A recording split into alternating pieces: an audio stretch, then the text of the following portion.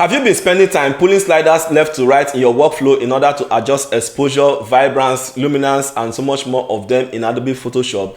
Today we are going to create and save a preset called LUT, which is known as LUTs in Photoshop, that will help stop or reduce the amount of time spent in pulling sliders, which will increase our speed in our workflow, mostly for those of us in photography business.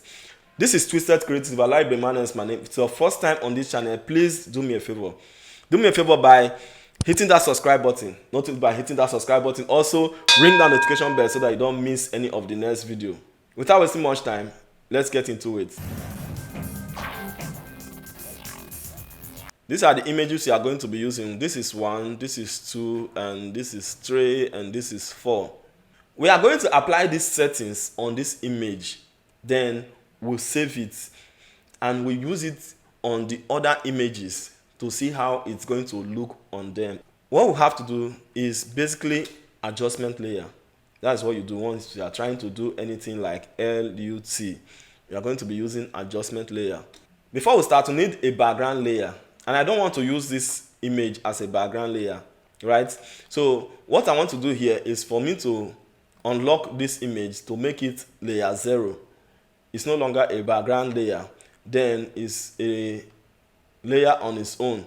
So we need a background layer. Then we have to go to new layer, and after creating that empty layer, you go to layer, then go to new, and you choose background from layer. So this background from layer has converted that empty layer to a background layer, which is just plain, like here, like what we are seeing here. So this is the image on top with a layer 0 as name. Then what we are going to be doing, anything we are going to add, we are going to add it on top this image, the top of this image. We are going to be starting by anything. You can just go to your adjustment layer. You can see bunch of adjustment layers here, which we can actually choose anyone and start from, depending on what you normally use in your workflow. Like most times I use brightness and contrast, curves, levels, exposure, vibrance. In short, there are too many of them. So let's start by this brightness and contrast. I can say, let me pull the brightness up a bit and pull the contrast up a bit, depending on what you like. And as a pro, even you are, if as a beginner or a pro, you know what is good for you. Just have to be, if you are a beginner, you have to be playing with the colors and see what you are going to get. So as a pro, you know what to add to your stuff to create your LUTs. So like for brightness and contrast, I think I'm done for brightness and contrast. Then I'll go again for another one, which is, let's go say curves. Then I can use this hand tool here to navigate. This hand tool, you see it shows something like eyedropper. Then I take it to the dark areas and pull it down a bit. So I have it like this. Then I'll go to the highlights also. I will take it to the highlights like here and pull it down a bit also, depending on what you want. Like let's pull it up down here. Then I'll go to let's say, let me just go to exposure and pull it up a bit, and just leave it that way. Then I can still go to let's say vibrance. Then I can increase the saturation a bit.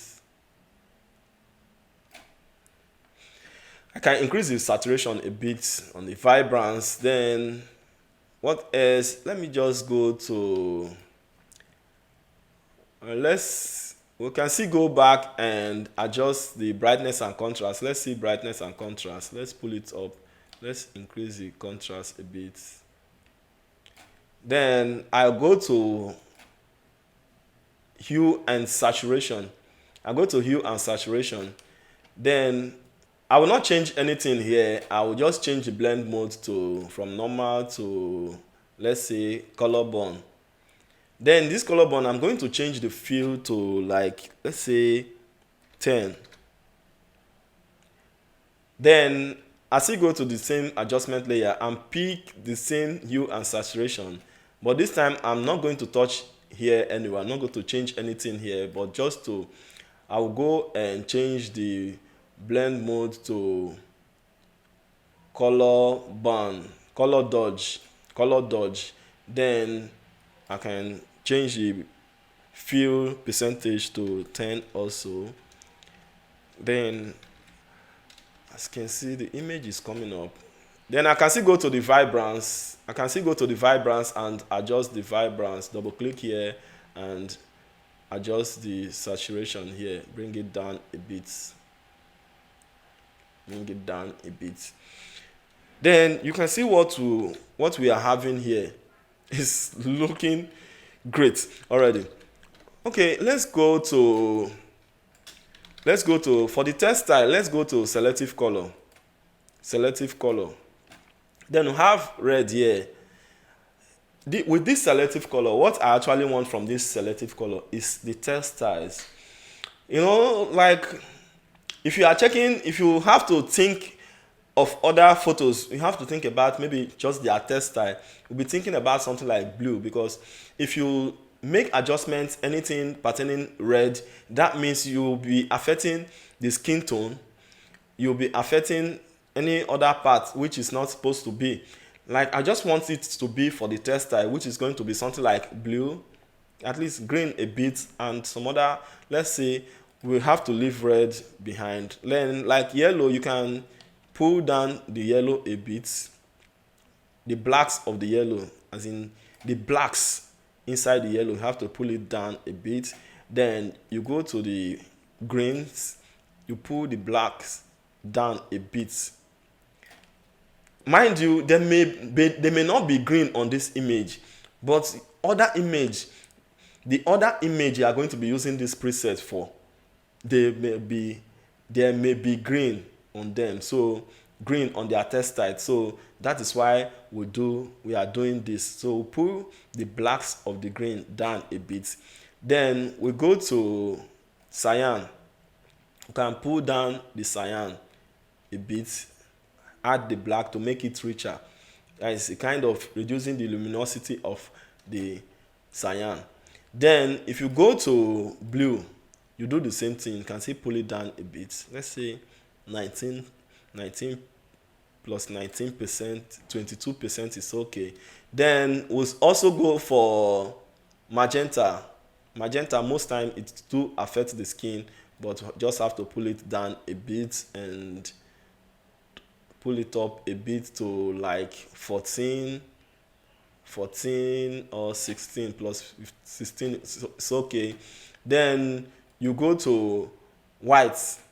That is still very, very important. White, you can pull down your white to a kind of, your white will help retain the details of your clothes on your images. So at least we'll have this now. Let's try and disable this selective color and see what it's going to give us. Let's just say without the selective color, with the selective color, without the selective color, with the selective color. I want us to concentrate on the face, which is the skin tone. Let's see the effect that it has done on the skin tone, which we have to be considering, so that it's not going to change other skin tones drastically. So let's see on the skin tone. We can notice on the forehead there's a little change there. I think it may be the yellow. It's the yellow, so it's not that bad. So taking a look at this, we have placed a lot here. Let's see what we can do with or let's try and see if there is still anyone left Is there anything like neutrals and blacks? Let's say blacks. We can just pull the blacks up a little. So have the blacks like this. If you take a look at this image now, it's looking so great compared to when we started. Okay, let's zoom out and see what we can do. Then let's just say, can we just say stop here? We can just stop here for now, because it's just a kind of practical example. You can change, you can add anything, you can remove anything you want to remove when you are trying to create your own preset. So let's just stop here. What we're going to do, we're going to select from the starting to the ending of the adjustment layers. Then we have to use our Ctrl G to put them in a group. Now we'll have them in a group. If we disable this group now, you see the before, and we enable it, you'll see the after. Isn't that amazing? Look at, this is before and this is after. This is before and this is after. Now it's time to save it. It's time for us to save this preset. So how do we go about saving it? Now, before saving it, we can just remove this image. Though most times it's not necessary. So we just have to remove it because we have our background layer already. We have to remove this image. So we no longer have any image inside. Isn't that amazing? We only have plain background here. So what we have to do is for us to go to File, go to Export, then we'll choose Color Lookup Table. In this dialog box, we have a lot of formats here. We have 3D, 3DL, then we have Cube, then we have CSP, we have ICC profile, but generally acceptable. Photoshop is always good at opening this cube generally, so we have to leave the rest and check cube. We are going to use cube as the format, then we hit OK. Then after hitting OK, it's going to take you to where you are going to change the name. Let me say my colors. Okay, I will say my colors. So we have it as my colors. Then I save. Then we have it saved. Okay, can we just go back and let's say if I have to close up this, it's going to ask you whether you are to save or not. We've saved already, then I remove it. Then I have to go to where I saved it, and you can see I have a cube format here. Then I can bring in this image also. Let me bring this image again because we'll use this as a background image. Then if we want to use it on this image again, this is a fresh image. As you can see, it's a background layer on its own. Look at the rest images we are going to be using it for. Then let's just start with this. So how can we apply that to this? How can we apply that preset to this image? So we have to go to the same adjustment layer. By this time, you'll be going to Color Lookup Table. If you then in this dialog box, you will click Load 3D LUT. Then you will click Load. If you select this, it's going to open up this file, my colors. Okay, this is it. Then we'll just hit OK. I didn't even know when it happened. Can you see? Can you see that? So this is it. As you can see, it's just like a magic. Let's disable it and see. This is before. This is after applying it. This is before applying it. This is after applying it. Isn't that amazing? Okay, let's not just judge on this image particularly. Let's just go to other images and do the same thing to them. Let's go to this image and we'll have to go to the adjustment layer, then color lookup table, and click this 3D LUT and click select here. Then we'll do the same thing here. Select the and load. Let's take a look at it, a close look at it on this image.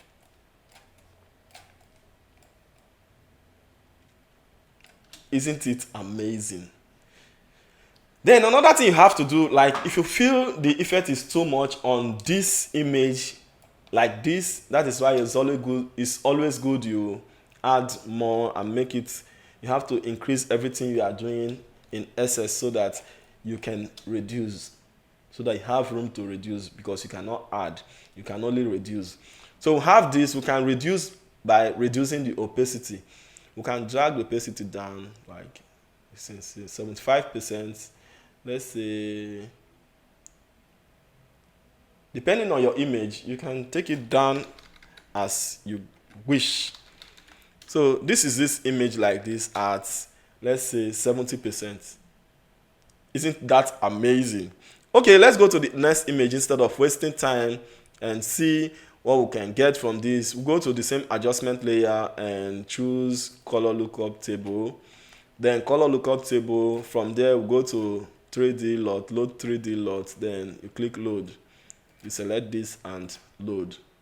Boom. Isn't that amazing? Can you see the grain here? See the grain, see the colors. Are you seeing the backdrop? Oh, it's amazing. So look at it. Then if you feel it's too much, you can see go down a bit. You can go bring it down a bit. Like let's say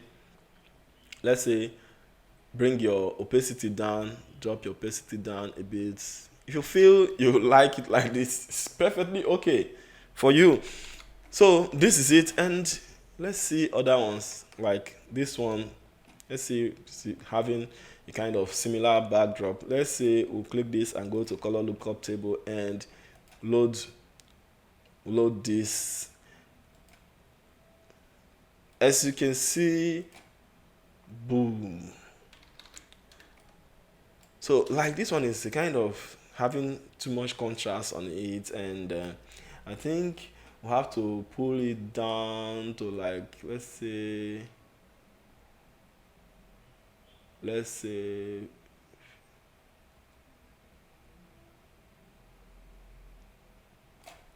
50%, let's say 67%, let's say 50. As you can see, we'll still have it almost okay. Like I can notice that it's becoming too whitish or too bright, and I don't know. Let's put before. This is after. Before and after. Before and after. Isn't it amazing? Let's check other one also. This is before, this is after, this is before, this is after. The next one, this is before. Let's zoom out. This is before, this is after, this is before, this is after. Then the last one of which was created with it, this is before, this is after, this is before, this is after. There are other things I want you to know, like let's delete this. Then instead of you to go and start loading all the time, there is a way you do it that is going to show up inside this drop down here. So how do we go about it? Let's go outside the Photoshop. If we go to your computer, double click the C drive, then go to programs, then Adobe, then you will see Adobe Photoshop. You see Adobe Photoshop. Then inside there you will see presets. Then you see 3D LUTs. 3D LUTs. Then you go and open that your file, and we'll have it here. It is named My Colors. You will drag it and drop it inside. It's going to ask you for permission. Then you say yes. Then we no longer have it inside my folder. You can close your Photoshop up. You have to relaunch your Photoshop. You can open up the image. You can still go and bring back. Then we'll have to open them up again inside Photoshop. So here we go. Now we are going to check and see if we are going to see that preset. So have it. You have to go to the adjustment layer, go to color lookup table, and you see my colors here. It's a format of cube. Then you just click it and boom, Let's go to the next image and see. We'll go to the adjustment layer and color lookup table, 3D, load 3D, then look for my color also here. Boom. Then you can then adjust to your liking. Then we have this. Go to your adjustment layer, lookup table, then 3D, and boom. Go to the next one, go to the adjustment layer, color lookup table, then load 3D, then you have my color here. Boom. I think that is interesting. Yes, that is it for today on how to create and save LUT preset in Adobe Photoshop. If you find it interesting, helpful, and useful, let us know in the comment section by telling us where it has helped you and where we need to improve on. And don't forget to give us a like. Like I said earlier, if you are new on this channel, please do me a favor. Do me a favor by hitting that subscribe button. Not only by hitting that subscribe button, also ring that notification bell so that you don't miss any of the next video. Thanks for watching today's video. Creative Pro will keep on creating. Please stay creative. But for now, bye. See you in the next video. Bye.